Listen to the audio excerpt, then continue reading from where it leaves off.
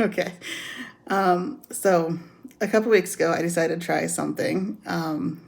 Facebook kept advertising this AlterMe company that does DNA testing and looks at different parts of your DNA to see. Okay, they say we tested 60 polymorphisms in your DNA to map out 13 key areas that help with your health.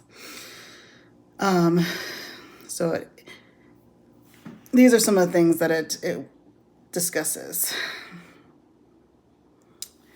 And because that's backwards, best exercise for me, for my body, my best exercise would be a combination of both cardio and strength training. I hate strength training because I hate counting that often. It's kind of boring to me. But it wouldn't be too bad if I was following a video or something, which this app has videos and such to help with that.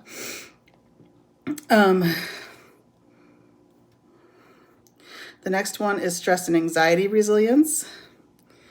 My genetic profile for me personally said that I have an average stress tolerance, meaning that I might feel affected by everyday challenges more strongly than others with a higher stress resilience, which is true. I do tend to get overwhelmed very easily.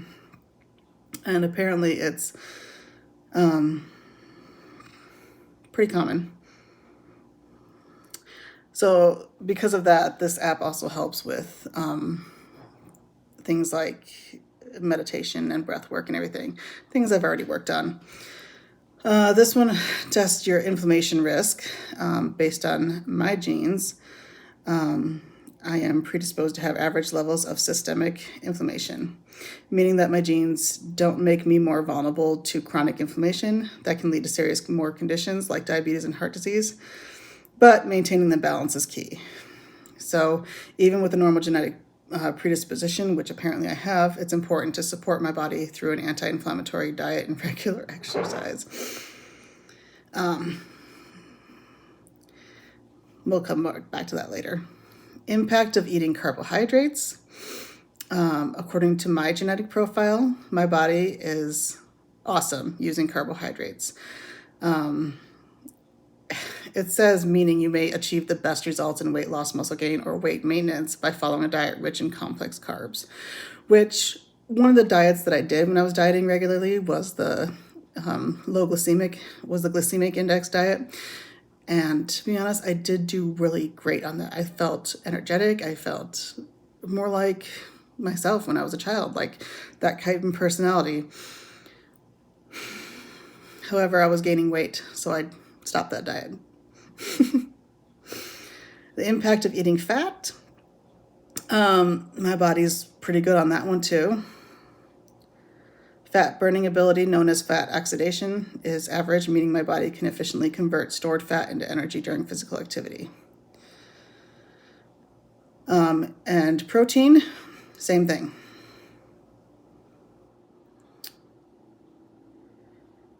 Meaning the amount of protein in my diet may not significantly impact weight loss or muscle mass, which means I probably don't have to be all gung-ho about protein like some of those. Ease of weight loss is about average, they say. This suggests that while I don't have a significant genetic advantage or disadvantage, my success in losing weight will depend largely on my lifestyle choices. I don't know how true that really is. Ease of keeping weight off. Says I need to be mindful because it's not easy. Mental decline risk shows that for me, I'm more likely to experience memory and brain function challenges over time. Now, my maternal grandmother did have Alzheimer's disease, which later on turned into dementia, I believe. But lifestyle factors can significantly impact brain health. So there's that. Chronotype. It says I have a strong genetic tendency to be moderately inclined to be a morning person. That's true. Most of my energy happens in the morning. Motivation. I am internally motivated, which means I can get things going by myself and not through external factors. Kind of cold right now. That's why my lips are kind of weird colored. Bone density risk is above average.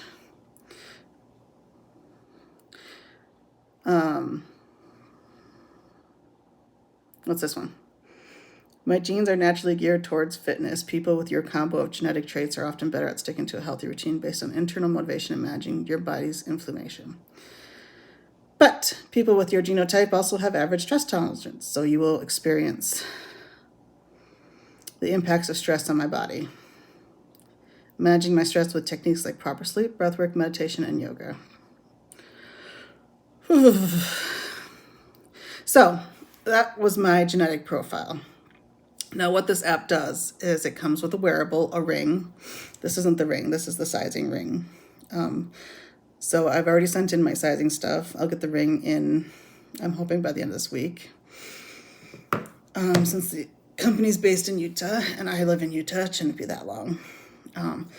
But I'm wearing this on my finger to get myself used to wearing something on this finger, because I can be easily bothered by something on my fingers where it doesn't belong. So the ring kind of looks like that, and it's geared towards your body. And what it does is after 3 days of wearing it, it has a good idea of how well your body is doing, I guess you could say. My understanding of it. Now, since I don't have the ring yet, I haven't actually used it. Come on. Okay. So the app itself, the AlterMe app, these are some of the workouts it has for me, which will probably be geared more towards me as soon as I start sending data to the thing. So I can put in meals. I can either take a picture or describe. Like with my smoothie this morning, I simply described it just because it has a lot of stuff in it. And then it likes to give you little, sorry, I'm cold. I don't really want to keep track of my food just because I am prone to eating disorders, and it is quite triggering. Now, some people might roll their eyes at that, and they haven't lived in my body, so what do they know? So like when I put in the stuff for my smoothie this morning, this is what I called it, AI technology. But it like tells you about all the nutrients that are in there. And then sometimes you have to take it with a grain of salt, because sometimes if you go to your meal history, and yesterday, because I missed breakfast before I went on my bus route in the morning, I was starving. So I had this food, which I took a picture of, 2 pieces of multigrain toast, jam, peanut butter, banana. And it was highly offended about the Doritos. It said, however, the large portion of nacho cheese chips adds a considerable amount of calories, unhealthy fats, and sodiums, which can detract from the overall nutritional balance. And my thought was, that's because I'm starving, and I don't care. So I don't want to worry too much about food, because that can end up leading to an obsession with it. And I spent 17 years dealing with disordered eating and disordered movement and stressing out about my body, as my body just kept getting bigger despite the fact that I was doing everything I could to shrink it. And it really sucked. So, and there might be some comments on this that might be well-meaning, trying to give me advice and everything, and to which I say, please keep it to yourself. Because I'm approaching 40 years old, and I've spent all 40 of those years in this body, and I know my experiences. I know my life.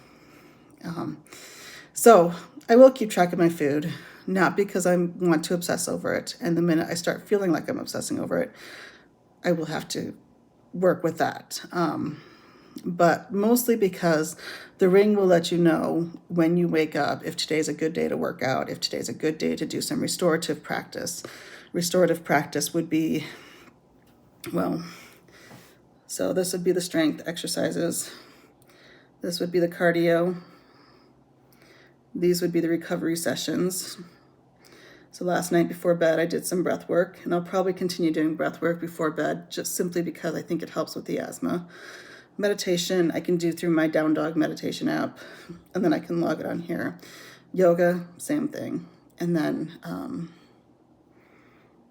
active stretch. We'll see what that's more like. And then, of course, you can record your own workout, which I have several apps that I can do that with. And then it asks when you do that if you want to track your heart rate. So if I were to say, let's, well, first off, I can do an add session, do strength, cardio, or recovery. Or I can do cardio, and I can, since I don't have the ring yet, I can continue without HR tracking. But when I do have my ring, then I can do all that jazz. So I think this is going to be really fun, and not because I necessarily care to lose weight, because from past experience, I know how ineffective that can be. So my job, or I guess you could say my goal, is to basically get to know my body better, to know how I can better support my body and health. I don't care much for longevity, so be it, but I want to feel good during it. And the reason I say that is because my body type is similar to my mom's, whose was similar to her dad's. And I've looked back over our genealogy,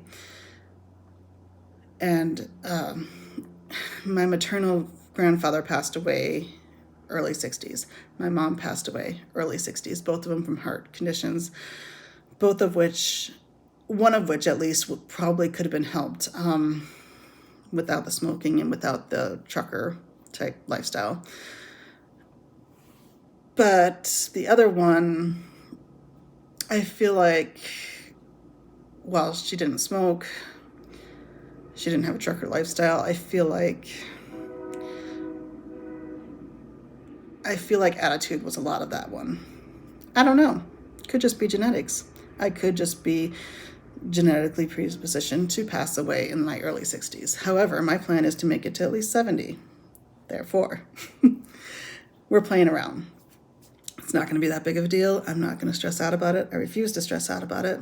I refuse to get obsessive about it. I'm going to continue living my life, but I do want better mobility. I do want better health than what I have. I do want to be able to do really amazing and active and intense workouts and then not have to crash for several days afterwards, which was my experience before I did intuitive eating and learned how to stop obsessing over stuff like that.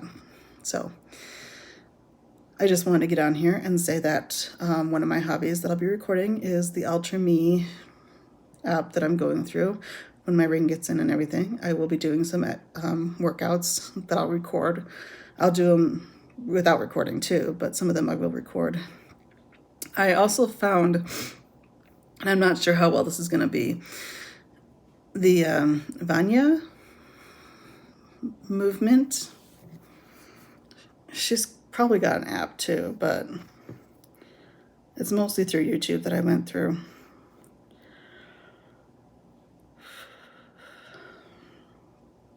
Oh, for Tai Chi, I use Adam Potts. Is adding chicken broth to dog food actually dangerous? So, Rob, what do you feed your dogs? You know, I used to think that I was making my dogs. Shh. So begin with breath, Tai Chi, with Adam Potts. And then the other one, subscriptions.